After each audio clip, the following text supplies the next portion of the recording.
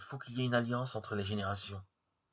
Un retournement s'est opéré dans les sociétés traditionnelles, les personnes âgées étaient peu nombreuses, on mourait plus jeune, et le grand âge jouissait d'une grande considération.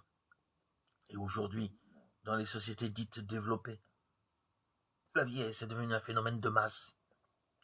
Nous n'avons jamais été aussi nombreux dans l'histoire humaine, mais elle est aussi devenue un phénomène vide de sens, symboliquement rejeté aux marges de la société.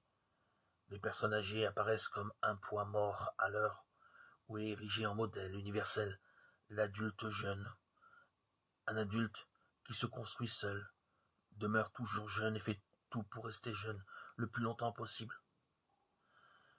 Terrible mirage qui nous expose tous, jeunes et moins jeunes, à bien des désillusions et des convenus. La jeunesse éternelle est une hallucination très dangereuse. Cet idéal illusoire a comme rompu l'unité entre les générations.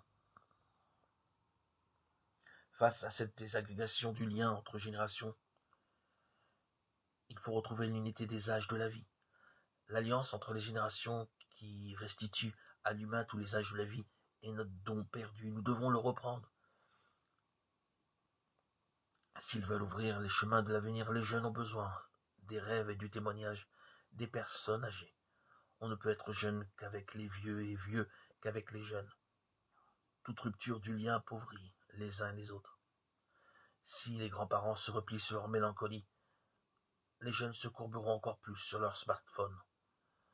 L'écran peut bien rester allumé, mais la vie s'éteint avant l'heure. Chaque âge de la vie représente un don et une bénédiction pour la société tout entière.